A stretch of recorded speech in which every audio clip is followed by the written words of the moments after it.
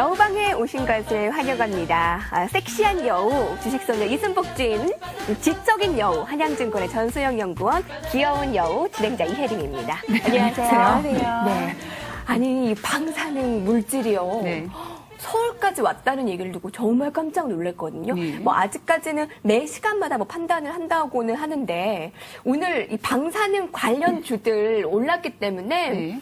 이것 궁금하신 분들 굉장히 많대요. 네. 이수목 씨님. 그러니까 이거는 일본 지진이 일어난 다음에 사실 맨 처음에 지진 관련주들이 움직였잖아요. 네. 그리고 이제 테마 찾기를 하다 이제 방사능까지 왔는데 조금 안타까운 부분이 사실 원래는 중국에서 날아오는 황사에서도 방사능 이런 그 물질이 있다고 하죠. 그런데 이게 지금 뭐 이야기를 듣자니 저 북쪽에서 이렇게 날아오고 또 지구를 한 바퀴 이렇게 돌고 한다고 하더라고요. 그런데 뉴스에서는 헤드라인을 기록하면서 이런 멘트를 하잖아요. 아직 굉장히 미세합니다라고 얘기하면서 계속 헤드라인 뉴스를 차지하고 있는데요. 만약에 방사능 물질이 아니었다면 사실 지금 오늘 올라갔던 이 황사 관련주, 공기청정 관련주들은요. 네. 이맘때 되면은 중국 황사 관련주로 해서 한번 테마를 받을 거였고요. 방사능의 이슈를 받으면서 조금 더 힘이 강해지긴 했는데 뭐 방사능 한다고 우리 마스크 안 쓰고 다니잖아요. 물론 이제 매출은 많이 늘 수는 있겠지만 이게 정말 우리가 테마나 업종으로 투자하기에는 너무나 좀 위험성이 많이 있죠. 네. 권하시지는 않는 않죠. 거군요.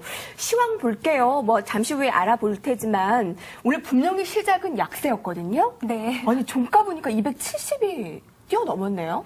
아, 깜짝 놀랐습니다. 예. 네, 제가 이제 종가를 못 보고 사실 이제 방송을 오고 그 전에 이제 준비를 하는데요. 네. 아, 오늘도 결국 조정장이구나라고 생각을 했는데 와서 이제 다시 보니까 아니 2090까지 갔다가 종가로는 2070을 위로 이제 올라서면서 마감을 하는 게 그러니까요. 와, 이제 뭐 사실 이제 이 시간이 필요하다라고 얘기를 했는데 이거 너무 빨리 가니까 마치 그런 거죠. 손만 잡고 싶은데 덥석 껴안아 버린 그런 격이 된 것 같아요. 네. 그래서 좀 사실 좀 뭐랄까 경고를 좀 해야 되지 않을까 이런 생각들이 네. 좀 많이 들었습니다. 너무 시장이 과열되어 있다라는 이런 판단입니다. 아, 그래서 오늘 가장 궁금한 점이 이렇게 급속도로 올라왔기 때문에 이렇게 이왕 오르는 김에 2100선까지 확 가보자.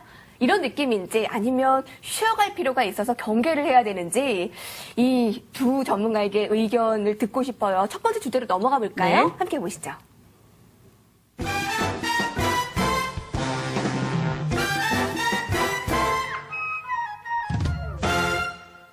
전소영 연구원께서는 약간 시간이 필요하다라는 의견인데 네. 구체적으로 들어볼게요. 일단은 제가 이제 어제도 얘기를 했는데요. 이 지수가 상승하기 위해서는 항상 조정 시간도 필요합니다. 그런데 이번에 너무 이제 오늘 너무 많이 올라가면서 이게 일단은 이제 이 증권사 쪽에서 이제 3월달 결산을 앞두고 윈도우 드레싱 성격이 좀 강한 모습이 좀 있는 것 같고요. 그리고 이제 외국인의 이 매수세가 계속해서 강화가 된다는 것도 1분기 실적을 앞두고 이런 선침해하는 모습이 계속해서 나타난다라는 점이 지수를 계속 끌어올리는 모습이라고 볼 수가 있는데요. 일단 결론부터 말씀을 드리자면 2100은 찍을 것 같습니다. 일단 시장이 보고자 하는 레벨이 그 레벨이기 때문에 네. 뭐 본인이 원하든 원하지 않든 시장 가고자 하는 레벨은 일단 볼 것으로 보이는데요. 일단 이 과열 양상이 진행이 되고 있기 때문에 사실 투자자들 입장에서는 조심할 필요가 있다라고 생각이 됩니다. 예. ECB에서, 그러니까 유럽은행에서 금리 인상 가능성이 제기가 되고 있어요. 네. 그렇다면 오히려 선진국 쪽으로 갈 돈이 이머징 쪽으로 좀 오지 않을까? 이런 생각을 했는데 또 그거는 아니라고 또 투자전략 팀장께서는 의견을 주시네요. 지금 외국인들이 10일 연속의 매수세를 나타내고 있는데 도대체 뭘 보고 우리 주식을 계속 사는 겁니까? 네, 아시아 증시 중에서는 사실 코스피가 굉장히 강한 편에 속합니다. 그리고 외국인이 이런 일본 대지진으로 인한 수혜 업종 이런 것들을 통해서 계속해서 이제 선침해가 들어가고 있거든요. 그래서 이런 모습들이 계속해서 이제 코스피를 끌어올리고 있고요. 그 외에도 어제도 말씀을 드렸지만이라는 단어를 쓰게 되는데요. 그 환율이 1,050원까지 하락할 것이다라는 IB 전망에 비춰봤을 때 현재 환율은 상당히 높은 수준입니다. 이런 것들로 이제 봤을 때 환율이 계속해서 하락할 것이다 라는 환차익을 노린 매수세도 계속 유입이 될 가능성이 있고요. 유럽 같은 경우는 이제 유럽이 기준금리 인상이 된다면 우리나라와의 금리 차이가 줄어들면서 유럽계 자금들이 소폭 빠져나갈 가능성이 있다라고 우려하시는 분들이 있는데 이런 것들은 일단 유럽계 자금들이 그 유로화가 이제 지속적으로 상승을 하면서 네. 손절 매수가 1월 달에 나왔습니다. 그래서 한 차례 일단 이탈을 한 상태고요. 그래서 유럽계 자금의 이탈 가능성은 사실 지금 상당히 낮게 보고 있습니다. 예. 여하튼 뭐 외국인들은 4월 시장에는 어떠한 모습을 보일지도 궁금한데 이번 주 금요일에 이순복의 발키리에서 4월 증시 전망하잖아요. 네. 근데 벌써 지금 증권사에서는 레포트들이 막 나오더라고요. 예, 열심히 정리하고 있습니다. 네, 애쓰시고 계세요. 근데 왜 이렇게 4월 증시 높게 잡나요? 증권사들이. 너무 지금 좋게 보고 있는 것 같고요. 저는 약간 시황 보는 관점이 좀 틀립니다. 물론 이제 아직까지 증권사 이제 금요일날 발키리에 많은 증권사가 이제 승복이한테 좀 혼이 나야 될 것 같은데요. 첫 번째 오늘 새벽에 끝난 미국 증시 같은 경우에는요. 소비가 예상보다 크게 증가를 했고 그다음에 잠정 주택 판매도 많이 증가를 하면서 뭐라 그럴까? 그러니까 미국이 이제는 경기 바닥을 찾고 회복을 하고 있구나라는 부분이 있습니다. 근데 우리가 이제 월말 정도 되면 주식이 별로 안 좋았을 때는 이제 기간의 윈도우 드레싱 효과를 한번 노려보자라고 하는데 지금 기간이 주식형 펀드가 2,300억 정도의 순유출이 보이면서 사실 윈도우 드레싱 효과도 보이지 않고 철저하게 외인들의 매수세만 지금 지수를 끌고 가고 있는 부분인데요. 한 가지 이제 체크해 주셔야 될 부분이 4월에 우리가 옵션 만기일이 4월 14일입니다. 무슨 요일이죠? 목요일이죠. 목요일이네요. 근데 우리가 지금 이 4월 달에 아까 옵션 만기일이 예전보다 그러니까 4월 중순 정도에 가 있잖아요. 근데 오늘도 외국인들은 선물해서 샀다, 팔았다, 샀다, 팔았다 하고 움직이는데 우리가 매월마다 옵션 만기일 근처가 되면 외국인들의 파생으로 인해서 주가가 많이 변동성을 보이고 있어서요. 오히려 4월 초에는 기업 실적에 대한 어닝 시즌 모멘텀보다는 외국인들의 선물 파생에서 어떻게 움직일지 체크를 해보셔야 될 것 같고요. 또 하나는 4월 7일 날 유럽 중앙은행에서 금리 인상을 강력하게 시사를 했는데 그 전에 4월 4일 날 버냉키 FRB 위장이 애틀란타 준비은행에서 연설이 있고요. 4월 5일 날 FOMC 회의 의사록을 공개하게 되면서 물론 경기는 계속 부양을 지속하겠습니다라는 이야기가 나오지만 금리 인상의 이야기도 나올 수가 있습니다. 그래서 오히려 저는 4월 2100포인트를 지금 말씀하셨는데요. 오히려 내일 모레까지 말일이면 오히려 충분히 실적 시즌 미리 한 단계를 미리 좀 즐기시고요. 4월 달 중반 전까지는 파생으로 인해서 변동성은 좀 많이 움직일 것 같네요. 네. 선물 시장 얘기하니까 갑자기 신경 대표님이 생각이 나요. 떠오르네요. 네. 굉장히 좋은 말씀을 많이 해주셨었는데 신경 대표님의 얘기가 들어맞지 않은 한 가지가 있어요. 근데 그게 너무나 다행인 게 툼에 나왔을 때요. 그때 1930 막 이탈하면서 떨어졌을 때 툼에 막 나왔잖아요. 그때 두세 차례 더 투매가 있을 가능성이 크다 했는데 없었잖아요. 지금 무슨 생각을 하고 계실까요? 여튼 올라갔으니까 좋은 거겠죠?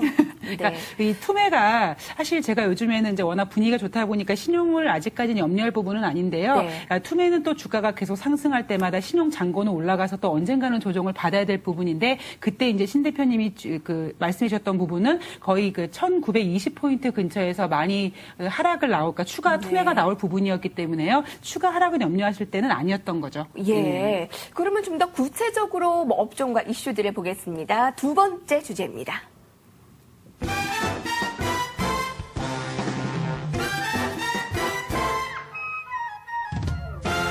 네.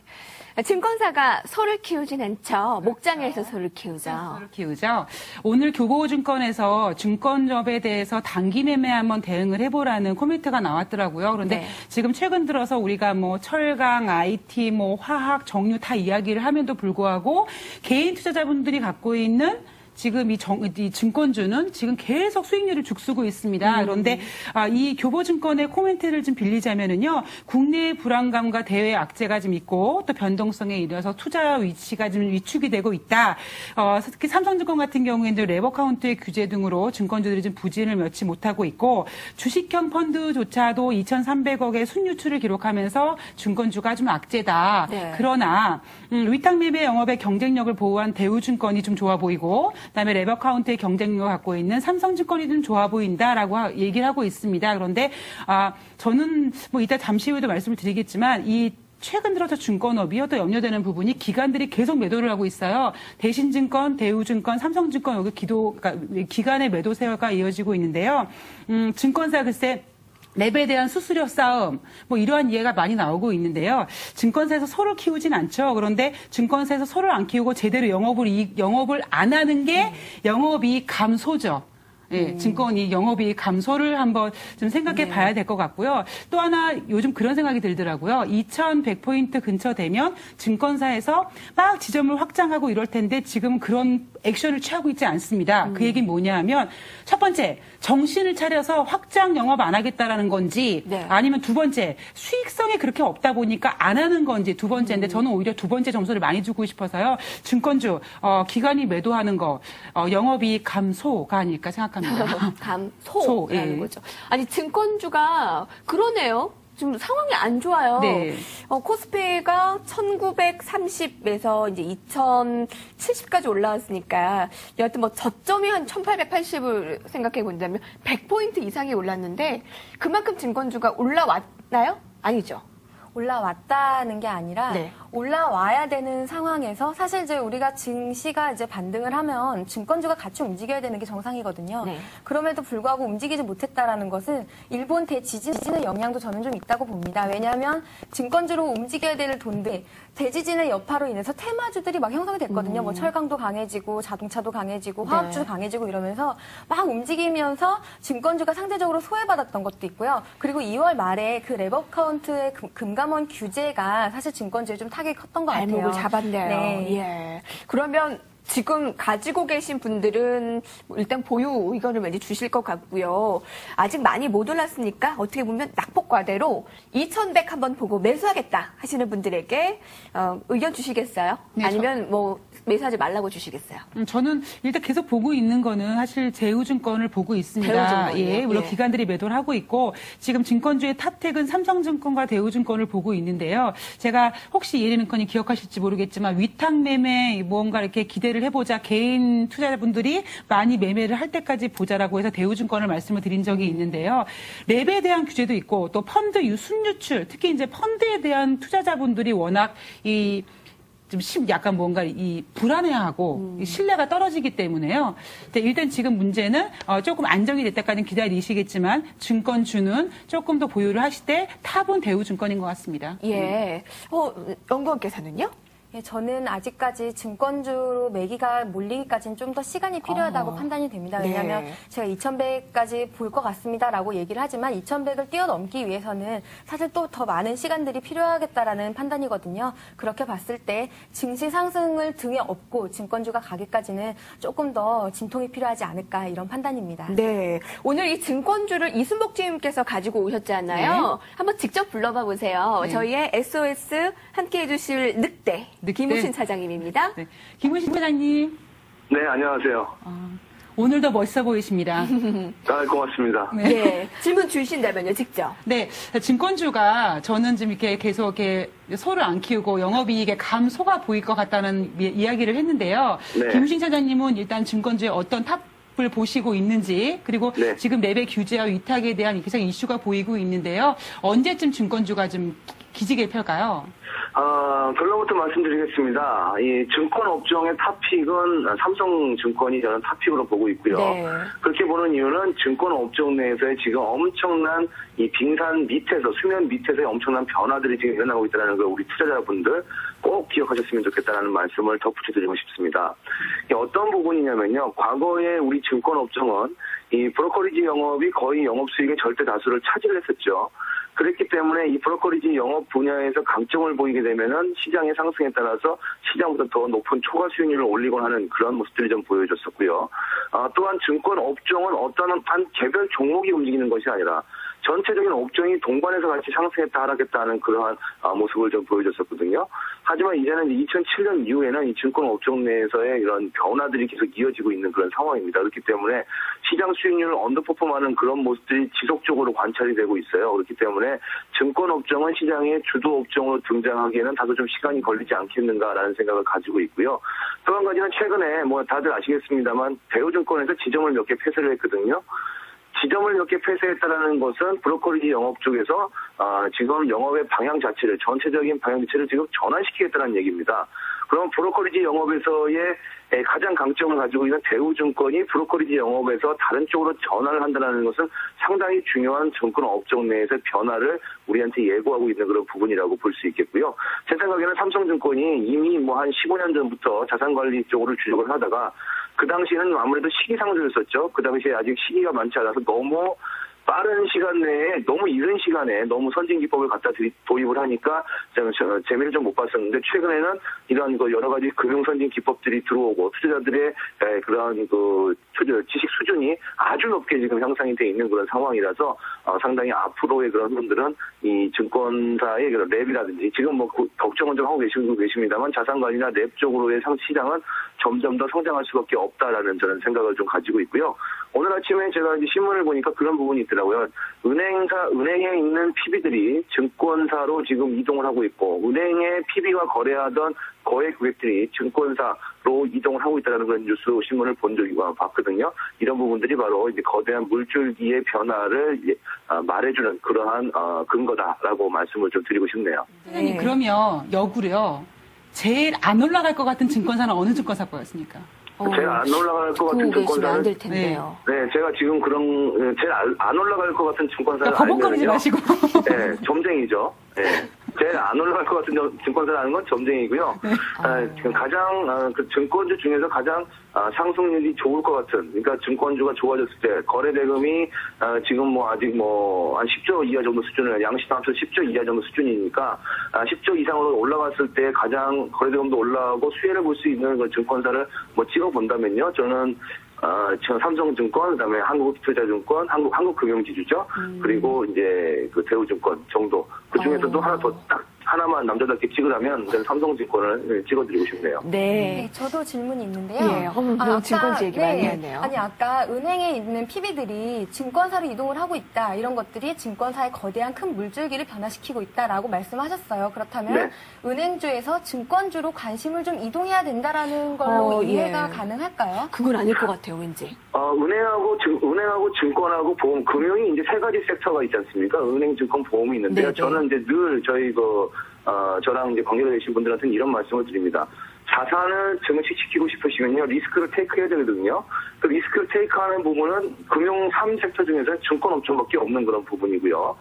그 다음에 자산을 증대하기보다는 어떤 금융거래를 활성화시키고 또 아니면 레버리지를 쓰기 위해서 어떤 그 대출 거래 이런 부분들을 노리신다면 은행을 거래하는 게 맞고요. 그 다음에 마지막으로 불확실한 미래에 대한 어떠한 보장을 저렴한 비용으로 받고 싶으면 보험을 거래하는 게 맞다고 늘 강조를 드리고 있거든요. 그렇다면 각각의 섹터가 모두 다 서로의 각각의 역할을 지금 하고 있다는 거죠. 이 지금 현재 금융지주사들이 지금 탄생을 하고 있는 것들이 뭐냐면요. 금융지주사들 밑에 보면은 은행도 있죠. 보험도 있고 증권사도 있고 그 외에 뭐 신용카드도 있고 뭐 여러 가지 금융사들이 지금 아우르고 있다는 겁니다. 그렇다면 이제는 어떤 뭐 증권, 보험, 은행 이런 섹터로 이렇게 나누는 것보다는요. 금융지주사라는 한 우산 아래에서 증권사와 보험사 그다음에 은행들이 같이 서로 시너지를 내는 효과가 나타날 것 같고요. 이건 제 개인적인 생각인데 지극히 개인적인 생각인데 은행에서 우리가 그 정례식 펀드를 은행에서 팔기 시작을 하면서 기억하시겠습니다만 뭐 소위 말해서 아주 좀 책임성 있게 그 투자자들한테 팔았다라고 보기에는 다소 좀 미흡한 점이 좀 있거든요. 그런 점에서 봤을 때는 역시나 투자는 전문가 집단인 증권, 그다음에 관리는 은행, 그다음에 위험에 대해서는 보험 네. 쪽으로 나눠놓는 게 낫지 않겠는가라는 생각입니다. 네. 너무 길어요, 대답이. 내일부터는 조금 더 짧게요. 기다린 시간이 오래돼서 예. 저도 말을 좀 많이 했습니다. 네. 고맙습니다. 네, 감사합니다. 네, 고맙습니다. 고맙습니다. 네, 아니 네. 증권 얘기하느라고 다른 업종 얘기를 못했어요. 네. 오늘 사실 탑픽 업종은 정유와 자동차였거든요. 네. 사실 정유에 대해서는 우리 두 전문가께서 정유보다는 IT를 얘기를 해줬기 때문에 이제 정유에 대한 얘기도 한 번 더 얘기를 해볼 필요가 있어 보이고요. 그리고 아까 배성영 연구원께서는 자동차 별 만점을 줬거든요. 네. 그만큼 추가 상승에 대한 여력이 있다라는 건데 각각 두 의견 들어볼게요. 네. 이수봉 그러니까 씨. 어제는 IT 철강, 오늘은 정유 자동차. 지금 그러니까 2011년 1분기 실적이 좋아질 거라는 업종별로 지금 굉장히 발빠르게 올라가는데요. 그럼 퀘스천 마크. 자동차 업종 이 정유주 내일 또 올라갈 거냐 이런 질문을 하실 것 같은데요. 저는 개인적으로 바통 통치를 할 거라고 생각이 듭니다. 그런데 전제 조건이 있죠. 내일 지수가 올라간다는 전제 하에인데 네. 내일 뭐 윈도우 드레싱이든 모든 지수가 올라가면 첫 번째 증권주가 단타 매매로 올라갈 겁니다. 그리고 나머지 종목들도 이제 바통 통치 이어받겠지만 내일 조정을 받게 된다면 그동안 많이 이어갔던 업종들이 좀 쉬어가겠죠. 네. 천소연 연구원께서는요. 예, 뭐 자동차나 정유주들은 1분기 실적 기대주입니다. 그래서 계속해서 이제 그 1분기 실적 기대가 되는 업종은 선취매를 하십시오. 단기적인 매매를 하십시오. 그리고 2분기부터 실적이 경기가 부양이 되면서 더 실적이 기대되는 업종, IT 같은 업종들은 중장기적으로 접근을 하십시오라고 얘기를 하고 있습니다. 여전히 그런 관점 유효하고요. 그리고 정유주 같은 경우는 사실 이제 원자재 가격이 올라가면서 원유 가격이 상승하면서 이런 거에 대한 혜택을 톡톡히 보고 있습니다. 하지만 이제 원유가 이 리비아 사태가 이제 어느 정도 진정이 되면서 계속 원유 가격은 100달러 선까지 지금 하락하고 있는 모습이거든요. 뭐 이런 것들이 이제 원유 가격이 소폭의 조정을 받으면 사실 1분기 실적 기대감이 너무 높게 형성이 되어 있다라면 이런 원유 가격의 조정이 또 원유주들의 조정 모멘텀으로 또 단기 조정 모멘텀으로 작용할 가능성도 사실은 무시하지는 못할 것 같아요. 네. 어렵네요. 정유 혹시 시간이 내일 된다면 네. 그때 저희 연결했던 그 정유 섹터 애널리스트 있잖아요. 되면요. 네. 한번 연결해보면 좋을 것 같아요. 왜냐하면 저희 지금 두 분이 정유에 대해서는 퀘스천 마트를 주셨기 때문에 네. 그 애널리스트께서는 좀 기분이 안 좋아하셨을 거란 말이에요. 그 근데 전에요. 저는 정유주를 보는 게 있으실 것 같아서요. SK랑 SK 이노베이션 같은 경우에는 최근 들어 며칠 동안 기간 매도가 좀 나오고 있고요. 네네. 이 S-오일은 이제 외국인들이 사고 있는데요. 혹시 기관들이 매도하는 거는 이미 실적에 대해서 이제 많이 올라가고 있으니까 이게 기점으로 해서 매도를 하지 않는가 이런 관점이기 때문에 퀘스천 마크를 줄 수밖에 없는 것 같아요. 네, 정유 내일 다시 한번 올라가나 한번 보시고요. 전략 세워보겠습니다. 다음 주제입니다.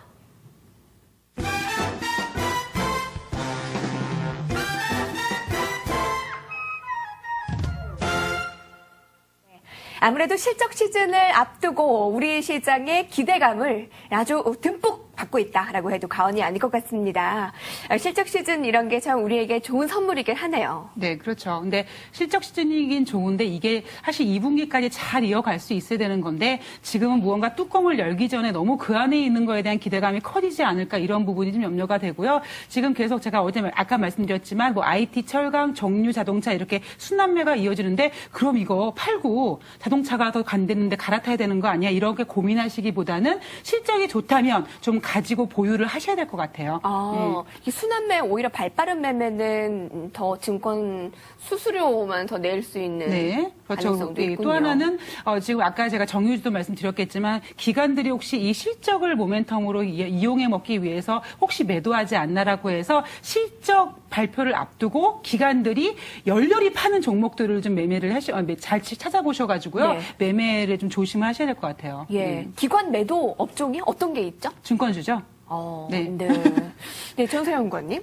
네, 저는 하도 이제 실적 장세 뭐 이런 얘기를 하니까 펀더멘털 쪽을 한번 접근을 해보고 싶어요. 4월 달에 사실 이제 이승복 주인님이 계속 이제 미국 증시 얘기를 하면서 얘기를 많이 했는데요. 제가 요즘에 보고 있는 건 이렇습니다. 이번 주에는 사실 유럽 증시 쪽을 좀 유럽 ECB의 기준금리 인상이 4월 7일입니다. 다음 주 목요일인데요. 이때까지 좀 미국의 기준금리 쪽을 보셔야 될 것 같고요. 그리고 이번 주 주말에 S&P에서 포르투갈의 신용 등급을 하향 조정할 수 있다라는 얘기가 나오고 있습니다. 계속해서 유럽 쪽에 관심 가지셔야 되겠고요. 그 다음 주에는 미국 쪽에 관심을 가지셔야 될 것 같아요. 미국이 그 4월 15일 날 베이지북이 발표가 됩니다. 그리고 그 이후에 27일 날 FOMC가 예정이 되어 있는데요.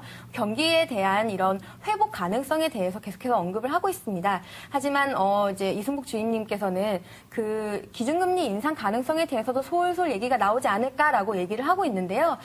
그 부분에 있어서는 사실 아직까지 물가 상승률이 낮은 수준으로 유지가 되고 있고요. 이 물가 상승을 구성하는 요소의 40% 이상이 주택 가격입니다. 근데 미국의 주택 시장 아직까지 좀 회복되기 조금 어려운 상태거든요. 아직까지 바닥권을 다지고 있기 때문에 이런 부분에 있어서 경기 회복 그리고 저물가 이런 것들을 통해서 계속해서 경기를 부양하려는 의지를 확인할 것으로 예상이 됩니다. 그래서 미국 쪽 보셔야 되고요. 그다음에 중국 쪽도 한번 확인을 하셔야 될 것 같습니다. 그래서 이렇게 글로벌 증시 그리고 글로벌 금융시장에 시장의 흐름을 한 번씩 쫓아가셔야 될 것 같은데요. 큰 그림으로 본다면 경기 회복이 진행이 되고 있다라는 판단입니다. 그래서 이제 크게 보셨을 때 이 경기 회복에 따른 증시의 상승 흐름 계속해서 가능하다라는 판단이고요. 그리고 1분기 실적 관련해서 계속해서 그동안의 계속해서 이제 주목을 받았던 화학업종 그리고 소외받았던 건설업종, 은행업종 이쪽으로 조금 다시 한번 관심을 가지셔도 좋지 않을까라는 생각입니다. 건설은 어제 우리가 얘기했는데 대형 건설사 중심으로 보라고 하셨잖아요. 네, 그리고